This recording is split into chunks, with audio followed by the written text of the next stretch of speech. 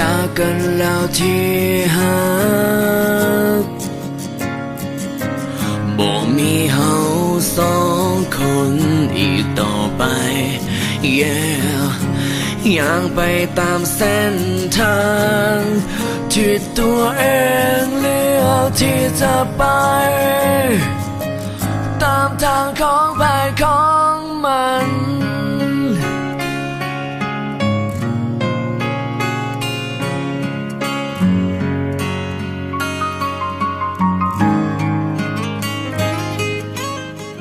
ถนนสายนี้เงียบเหงาเหลือเกินอย่างจนสุดทางมีแต่เฮาคนเดียวแล้วก็จึงเข้าใจยามที่บ่มีภัยยังจากหัวใจที่มีแต่ความอบอุ่นมันก็ลายเป็นทุกข์เงือกคนเดียวแบบนี้มีทางที่ดีแต่กับอย่างนี้คอยเลือกทางผิดแล้วที่คอยอย่างนี้ขอโทษคำนี้ซาเกินไปลืมบอกแต่คำว่าบอกกล้าเหตุให้เจ้ายิ่งห่างออกไปสุดท้ายได้ตามหัวใจของเจ้าบ่ทั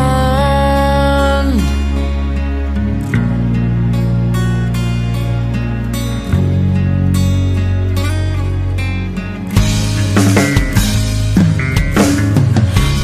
ที่เจ้าไปคงจะดี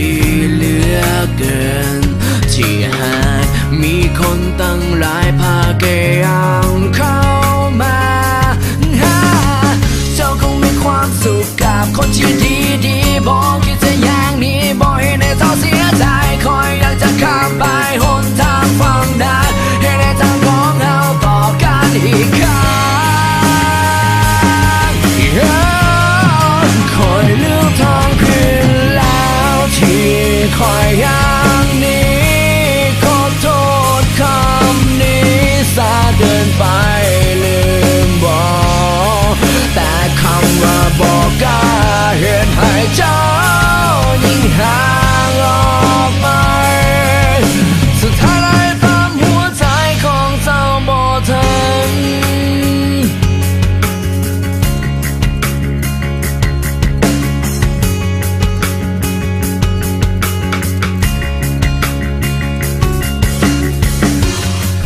มันสมควรตายทำให้จิตใจคนที่หักเขาจริงแต่ตอนนี้อยากสองทางของเขาช่างมันจะอยู่คนละฟ้ากำลังบอกกันให้มันมีเขาอีกครั้งคอยเลือกทางเพียงแล้วที่คอยอย่างนี้ขอโทษคำนี้ซาเกินไปลืมบอกแต่คำว่าบอกกล้าเหตุให้เจ้ายิ่งห่างออกไปคอยเลือกทางเพียงแล้วที่คอยอย่างนี้ขอโทษคำนี้ซาเกินไปลืมบอกแต่คำว่าบอกกล้าเหตุให้เจ้ายิ่งห่างออกไป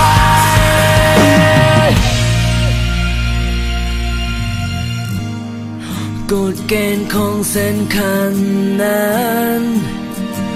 ดังทางของเฮาคงเหลือเพียงวันเก่าคอยคงบ่มีหนทา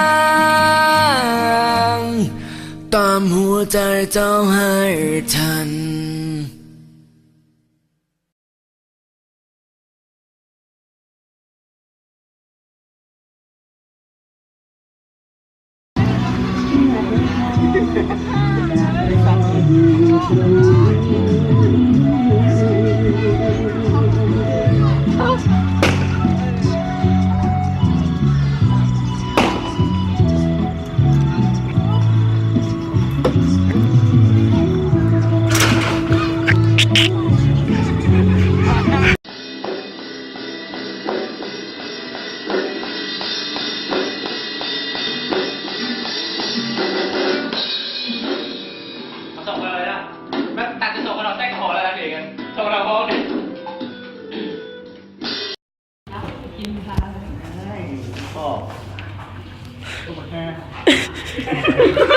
2 3มาเลย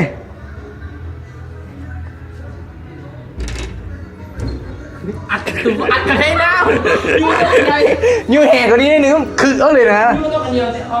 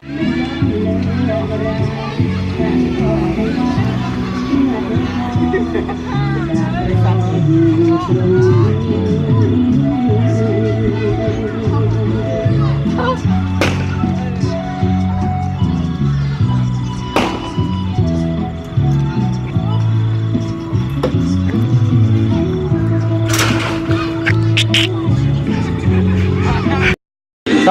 2 3ลุกโทรศัพท์กูเอา